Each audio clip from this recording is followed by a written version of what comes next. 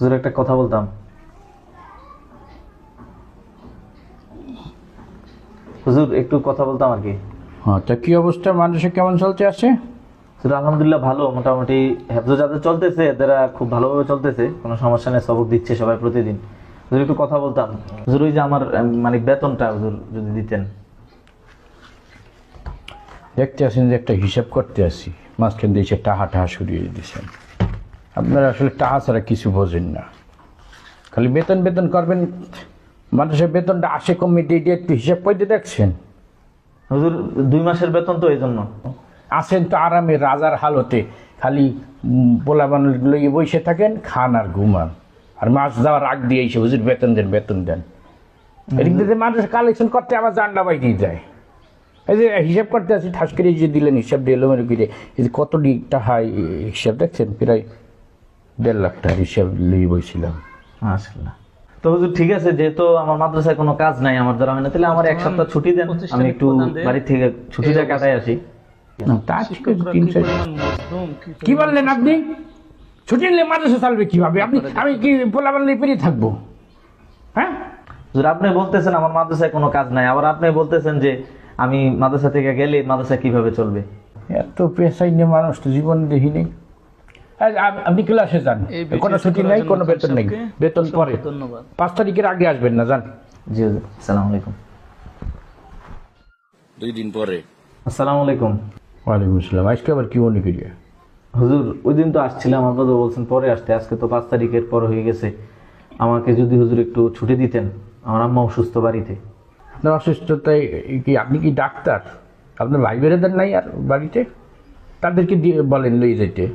হুজুর আছে, থাকলেও আমি আমার আম্মারে বেশি দেখি আর কি, আমি না গেলে সমস্যা হবে, একটু যাইতে হবে আমার। জিম্মাদার হয়ে গেছে ওনার 3-4 দিন। খালি ছুটিকে এত ঘন ঘন ছুটি লান, প্রতিষ্ঠান সামলাবে কে? এতগুলা বাচ্চা এদেরকে দেখবে কে? হ্যাঁ, খালি কয়দিন পর পর ছুটি লান, কয়দিন পর পর বাড়ি যাই চান। এত ছুটি নিলে আমার বাচ্চাগুলোর ভবিষ্যৎ নষ্ট হয়ে যাবে না? এদেরকে দেখবে কে? এদের এখনো কয়েকটা ছেলের সবক বাকি এখনো, আর আপনি এর ভিতরে ঠাস করে চিল্লেছেন ছুটি নিতে। হুজুর ঘন ঘন করে হুজুর, আপনারা তো আছেন হুজুর, 2টা দিন 3টা দিন একটু আপনি দেখলে তো হয়, আপনি তো ফ্রি বসে থাকেন অফিসে। মানে আমি আজকে বসে থাকি, এটা বোঝাতে চাইতে আসেন? আমি আজকে বসে থাকলে আপনার বেতন দেয় কি? কামাইতে হয়েছে দেখেন না, এখনো কত পোলাবানের বেতন তোলা বাকি। এইসব কাম করে কেটা? নিজে তো বসে হয়েছে খান খালি।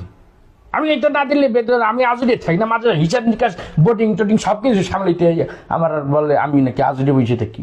হুজুর রাগ হবেন না, আমি এটা বলতে চাই না হুজুর, আমি বলতেছি যে আসলে আপনারা তো অফিসেই থাকেন, মাদ্রাসাতেই তো থাকেন হুজুর, একটু যদি খেয়াল করতেন 2-3 দিন। আমি তা আপনার কাম যদি আমি করি তাহলে আপনার বেতন দিয়ে রাখি কি হতে? আমি চালাই করতাম না অফিসে? আমি কি আজকে বসে থাকি? আমি ওদিক সামলাবো না এদিক সামলাবো? তাইলে হুজুর আমাকে কিছু টাকা দেন, বাড়ির টাকা পাঠাই দিই আমি। ওই যে এক প্যাস খুলে সারতে পারি না, আর এক প্যাস লিয়ে আসি, টাকাটা পাবো কোথায়? আপনি পোলাবান্ডি বেতন উঠেছেন ঠিক মতো? এখন তো 30 জন বাকি বেতন দিয়া, ওকে টাকা উঠে নিয়ে আসবেন, তারপরে টাকা। আরে এত ঘন ঘন ছুটি ছুটি করবেন না, পারলে মাদ্রাসার আশপাশে ফ্যামিলি নিয়ে এসেন, যান ক্লাসে যান। মাদ্রাসার কোনো কাজে গুরুত্ব নাই, ওই যে আইসে খালি বেতন লিটিয়ে। হুজুর আপনি রাগ হবেন না, আমি আসলে আমার আম্মা অসুস্থ তো এই জন্য বলছিলাম। হ্যাঁ, অসুস্থ? আপনি কি ডাক্তার? ডাক্তার আছে না দেশে, ডাক্তারের কাছে লয়ে যেতে বলেন আপনার। আচ্ছা হুজুর, আসসালামু আলাইকুম। বিকেলে বেশি করা কেজি এলাইলাম নাকি? আসলে দেখি কি পরিস্থিতি মাদ্রাসার, সবাই খালি প্যারার উপর দেয়। আসসালামু আলাইকুম। নুরানি হুজুর একটু আসেন তো অফিসে।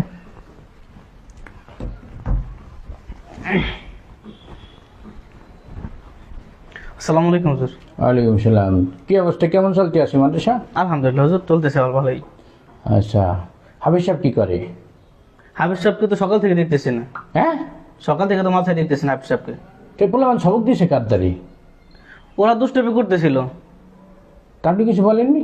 আমি বসাই টসে রাখছি যে বসো, হুজুর আসতেছে, আমি মনে করছি হুজুর ওয়াশরুমে গেছে কিনা। তা আপনি একটু খেয়াল রাখবেন না, আমার বলবেন না যে হাফেজ সাহেব নাই, সকালের দিকে গেল কোথায়? আল্লাহ এমনি পেরেশানিতে বাঁচি না, আবার আর এক পেরেশান। আর বাড়িতে ফোন আইসি, কি বলে দেখি। সালাম আলাইকুম। হ্যাঁ,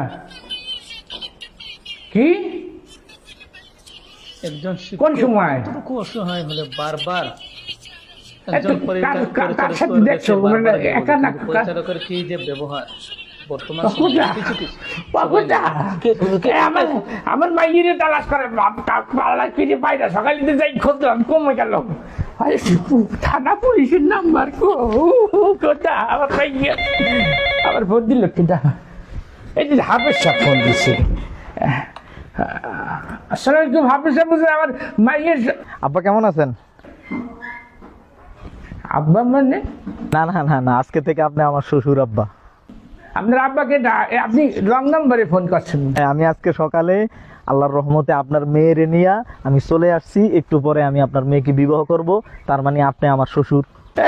তোর পায়ে ধরি, তুই আমার মাইয়ের আমার বাণিজ্যত বাঁচা বাঁচান। না না না না আব্বা, মানিজ্যতের কিচ্ছু নাই। আপনি তো আমার ছুটি দেন না, আপনি তো আমার বেতন দেন না, খালি কোন বাইক কি কাম।